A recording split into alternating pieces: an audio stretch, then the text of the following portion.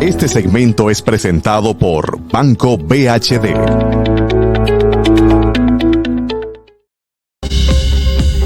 Sí, señor, este segmento gracias a nuestros amigos del VHD. El futuro que quieres lo puedes lograr con el VHD. Y como cada martes contamos con la presencia de Jesús Geraldo Martínez, el gurú de las finanzas. ¿Era que yo te había bautizado? Sí, está bautizado en el nombre del Padre, Hijo y Espíritu Santo, con todo el respeto que me merece el Señor.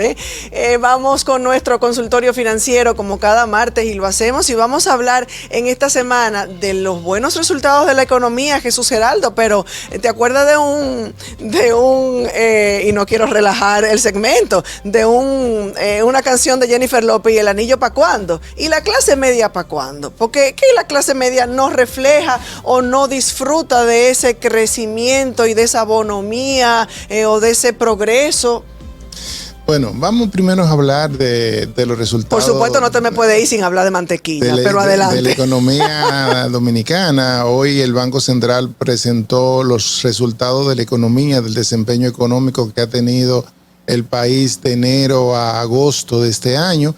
Y dentro de los resultados presentó que la economía, a través del indicador IMAE, un indicador que mide la actividad económica, está creciendo de enero a agosto en 5.5%. Eso es muy positivo porque está creciendo en torno al crecimiento potencial de la economía. ¿Qué significa eso? Que ese es su crecimiento natural de crecer. Eso también se refleja, ese crecimiento viene apoyado por un crecimiento del sector turismo, que creció el 31.2%, y donde el mismo informe señala que alrededor de 5 millones de turistas han visitado la República Dominicana de enero a septiembre, conforme a los datos que señaló el Ministerio de Turismo, y que solamente en el mes de septiembre alrededor de 430,000 turistas vinieron. Y eso es muy positivo para la economía dominicana. Hay que recordar que la economía dominicana, el sostén es el sector turismo. Otros sectores que están creciendo importantes también es zona franca y las exportaciones, que están creciendo en un 7%. Eso significa que a pesar de que el sector ha tenido una apreciación del tipo de cambio que le quita competitividad, las zonas francas siguen vendiendo, y eso por lo menos ayuda, porque se le caen los ingresos por el lado del tipo de cambio, pero por el volumen compensa, y eso ha ayudado al crecimiento de la economía.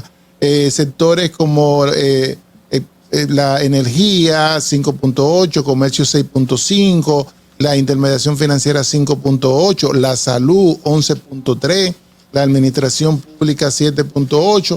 ¿Cuáles son los sectores que no están creciendo? Explotación y mina, y agropecuario 3.4, que el gobierno, sigo señalando desde hace mucho tiempo, debe priorizar, debe facilitar crédito blando al sector agrícola, al sector agropecuario, en aras de fortalecer ese sector. Y el sector construcción de 2.7 está creciendo y seguirá, como hemos señalando, contrayéndose, porque las tasas de interés que como hemos visto, el Banco Central ha estado aumentando la tasa de interés de su política monetaria. Entonces eso va a impactar a ese sector. ¿Y cómo lo impacta? Porque el crédito hipotecario, el crédito para la construcción se hace mucho más caro. Hay que recordar que el aumento de la tasa de interés, ¿cómo se va a manifestar en la economía? El que tiene préstamos, que es la clase media, que vamos para allá, el que tiene préstamos de vehículos, préstamos hipotecarios, préstamos de consumo, préstamos de vacaciones, cuando se le renueve su tasa de interés, el banco le va a aumentar 2 o 3 puntos y le va a ajustar la tasa. De modo que no solamente la inflación, que el Banco Central señaló que fue de apenas en el mes de agosto de 0.21, pero la acumulada 8.8, es decir, una inflación alta, todavía relativamente, una pérdida del poder adquisitivo. Ahora va a tener que buscar recursos para pagar mucho más intereses. Otro punto importante del informe del Banco Central es el desempleo, que el desempleo ha caído de 6.4% a 5.2%, muy positivo para la economía dominicana, donde hay 4.700.000 personas empleadas, y eso va acorde con el crecimiento. Si la economía está creciendo, eso significa que la economía está demandando empleo, y entonces el desempleo va disminuyendo. Paralelamente, también los ingresos del gobierno crecen cuando crece la economía. Es decir que no nos pueden hablar mañana de que necesitamos hacer una reforma fiscal cuando la economía dominicana está creciendo tiene una buena bonanza. Otro punto positivo que señala el Banco Central, que tiene que ver con las exportaciones alrededor de 10.000 millones de pesos. Sin embargo, la gente se pregunta, ¿y la clase media? ¿Y la clase media? Es decir, la clase media viene embestida por una inflación alta, ahora pagar tasas de interés mucho más alto.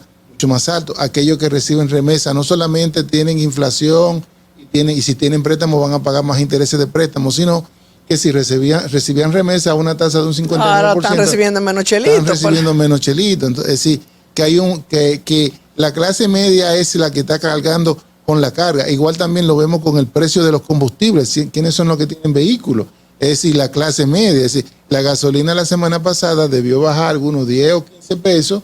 Si uno se pone a comparar con relación a febrero de este mismo año, cuando el barril estaba en 89.36, hoy el barril en 82.94, 6.42 menos, la tasa de cambio 57.89 en febrero, ahora en 53.60, todavía los precios de los combustibles siguen altos. Entonces, la clase media es la que está cargando con todo. Y si de cara venimos en el presupuesto nacional, cargarle nuevos impuestos por la vía de los respiros que tiene la clase media, de alquilar una casita, una segunda vivienda, un Airbnb, los lujos, las pocas cositas de Netflix, sí, y plataformas digitales para despejarse. Entonces, eso es sobrecargar.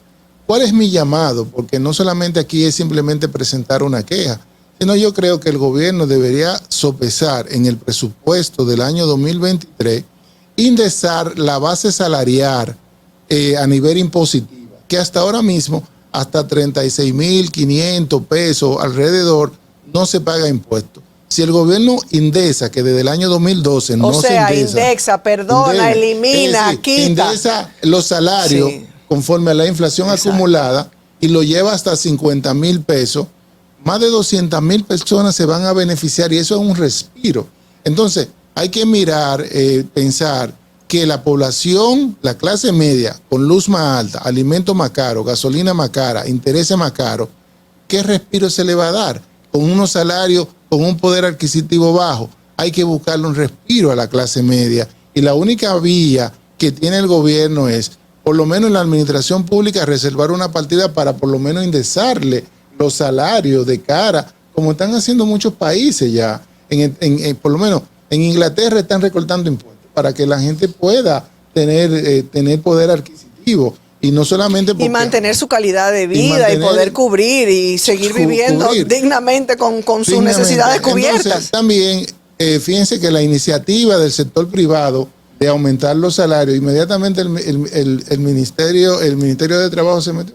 Eso se paró. Sí. Entonces eso hay que retomarlo, porque las personas, el salario, el dominicano no tiene un salario digno. Entonces se requiere que el sector empresarial, que el sector público indexen su salario a los empleados. A mí me da muchísima pena escuchar, y perdóname que te interrumpa, me da muchísima pena escuchar a profesionales jóvenes preparados que dicen, no, yo me tengo que ir de aquí porque aquí no es verdad que nunca voy a lograr un salario digno, un salario para como yo me fajé estudiar, con lo que son mis conocimientos, porque aquí los salarios son de miseria. O sea, me lastima escuchar a la juventud y ver escapar esos cerebros. Entonces, esos bajos salarios hacen que la gente no tenga ahorro. Entonces, esos bajos salarios también, combinado con una tasa de interés que también quiero destacar que la tasa de interés pasiva, conforme al informe del Banco Central, ha aumentado en un 8%.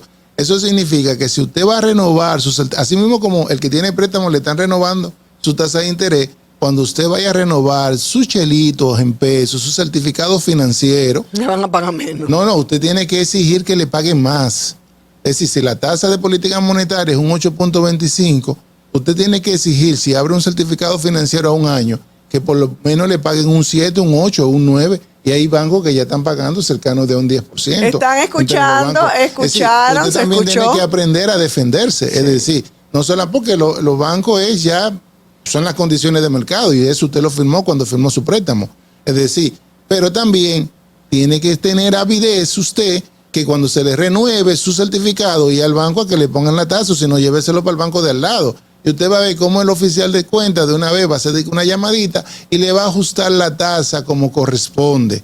No se puede dejar que le pase la fecha, porque si no, el banco le va a decir no, que se renovó automáticamente y tiene que esperar tal fecha. Ahí lo que usted tiene que evaluar si la penalización es mínima y como quiera, entonces asumir la penalización y renovar el certificado. Y entonces, cuando uno me preguntaba por el caso de Mantequilla. Bueno, porque uno ve a una persona que está prometiendo hacerte crecer, multiplicar tu dinero y llevarte. Primero decía yo que es una evidencia de la crisis de institucionalidad y de seguridad. ¿Dónde están las autoridades? Si a este señor no se le ha investigado, ¿de dónde saca dinero? Y cómo la gente cree. Yo sé que lo has dicho en un sinnúmero de ocasiones relacionados con otros casos. Cómo la gente es tan inocente y tonta. Ayer yo creo que hasta me incomodé, caray, cómo la gente es tan tonta de ponerle su dinero a personas así, fíjate que con ese tipo de promesas. Si uno estudia el fenómeno, este fenómeno de estafa piramidal, que él lo niega, que dice que eso no es piramidal, que eso no es. Igual, ahí están muchos casos que pasaron en Colombia, en países centroamericanos, generalmente pasan en zonas de escasos recursos, donde ven este tipo de personas como dioses benignos que están resolviendo el problema en la región, y entonces muchos incautos dicen, vamos a poner nuestro dinero allá. Y entonces esa misma persona que es avidez, que tiene mucha avidez mental, lo que busca alguna figura de renombre, figura pública, algunos empresarios, y con el dinero de otro le paga el doble. Entonces la gente se le llena la avaricia y va a llevar su dinero, y con el dinero del otro es que se le va pagando. Por eso es que es una pirámide, porque en la medida que van llegando más personas, se le va pagando a los que llegaron primero. ¿Y cuándo se detiene? Cuando ya no llegan más personas, ya no hay cómo pagarle a eso, y ahí la pirámide se derrumba. Entonces, ¿por qué surgen estos fenómenos? Como ha señalado, la falta de educación, no solamente falta de educación financiera, falta de educación, de conocimiento de cómo funcionan las cosas, la avaricia de la persona, vacíos legales. Estupidez también, porque caray. Vacíos legales, y también a veces hasta de confianza del propio sector bancario, de cómo funciona, de cómo está regulado. Entonces, en el caso de la República Dominicana, si bien es cierto, hay varias leyes que se le pueden aplicar a Mantequilla, que sea en la sombrilla de la Administración Monetaria y Financiera, la que tiene que ver con intermediación financiera. Como no se sabe si él lo está prestando, entonces no cae en esa sombrilla, pero puede caer bajo la sombrilla porque estaba señalando que él invierte en valores, que él se pone a estudiar el mercado de valores. Entonces, la ley de valores sí se le puede aplicar a él, pero también hay que recordar que la ley de prevención de lavado de activos, la 155-17, establece que el enriquecimiento ilícito, las estafas financieras, los delitos financieros son tú mover altas cantidades de efectivo. Mantequilla es sujeto de investigación. Pero no es así. Mantequilla anda hoy por una escuela dando charlas. Por parte de la Procuraduría General. Que cómo le permiten entrar a ese claro. Porque ¿qué es lo que va? ¿Tú sabes el trabajo, Jesús Geraldo, que da aquí para cualquier persona abrir hasta una cuentecita de 10,000 pesos y cuántos requisitos le piden? ¿Tú sabes cuánto trabajo da aquí hasta para que tú, una familia, te ceda cualquier propiedad? Pero este Mantequilla muestra sus maletas y bultos de dinero y nadie lo ha investigado. Entonces yo digo, y yo en unos artículos que publiqué en el día de ayer, que fue de los más leídos en Acento, digo, que Mantequilla debe ser un caso de estudio para el tema de prevención de lavado de activos. Porque si usted me dice que usted tiene un marco legal de lavado de activos y no se lo puede aplicar a una persona que está recibiendo cientos de miles de pesos, entonces los bancos, las instituciones financieras que lo tienen hasta aquí con la ley, que han tenido que invertir cientos de miles de millones de pesos. ¿Y cómo los bancos le han recibido ese dinero sin la justificación? Yo no creo que los bancos hayan recibido ese dinero. ¿Qué es lo que tienen que hacer los bancos y cuál es la responsabilidad de los bancos? Qué bueno que se entienda acá. Si una persona que Mantequilla le dé 1 millón de pesos, 2 millones en efectivo, la responsabilidad de un banco es simplemente reportar a la superintendencia de banco todas las transacciones en efectivo por encima de los $15,000 en moneda nacional, y ese banco también reportarla a la unidad de análisis financiero. La unidad de análisis financiero, ¿qué debe hacer? La UAF.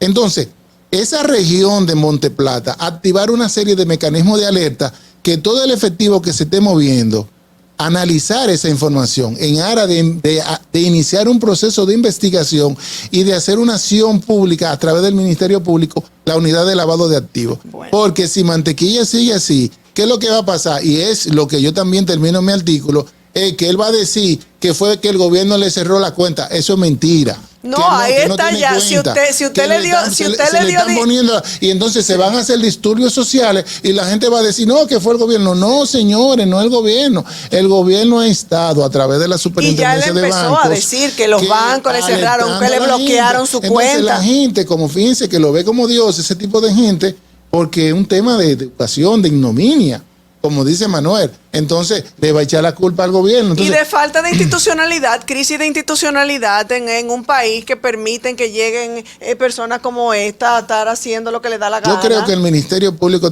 no tiene que esperar que haya una estafa, que alguien se vaya a quejar. Ahí hay una ley de lavado de activos, y si no una ley de lavado de activos, ahí está la ley también de tributario, el código tributario, que si tú tienes un negocio, entonces déjame mostrarte los números, ahí te la DGI, y la evasión de impuestos es un delito precedente de prevención de lavado de activos, de modo de que tarde o temprano o te agarra la ley de lavado de activos o lo va a agarrar la ley del código tributario. Esperemos que así sea, Tenemos que hacer una pausa. Fernando está a punto de que le dé casi un patatú y volvemos enseguida. Este segmento fue presentado por Banco BHD.